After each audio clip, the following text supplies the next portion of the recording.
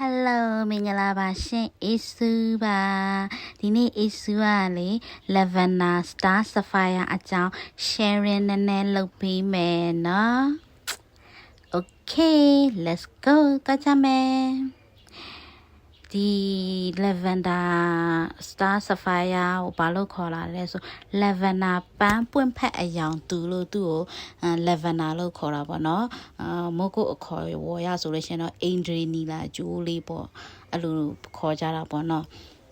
သူကဒီလိုအရေးမျိုးကရှားတယ်ဒါကြောင့်ရှားပါကြောက်စုတဲ့လူဆိုလို့ရှိရင်ဒါလေးကိုစုတင်တာပေါ့နော်သူကလည်းဒီကိုရင်တန်အမျိုးအစားဖြစ်တယ်အမဆင့်ကလည်းသူကလည်းနီလာနဲ့အတူတူပဲအမအဆင့်6ရှိပါတယ်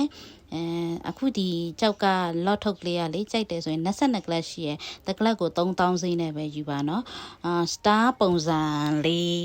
ရှိပါတယ်အကုန်လုံးကတော့ star ပုံစံရှိရယ်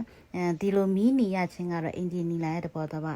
UV ထိုးလို့ရှိရင်မီနီပါတယ်ကြိုက်တယ်ဆိုလို့ရှိရင်4000နဲ့3 6ကိုဆက်သွယ်နိုင်ပါတယ်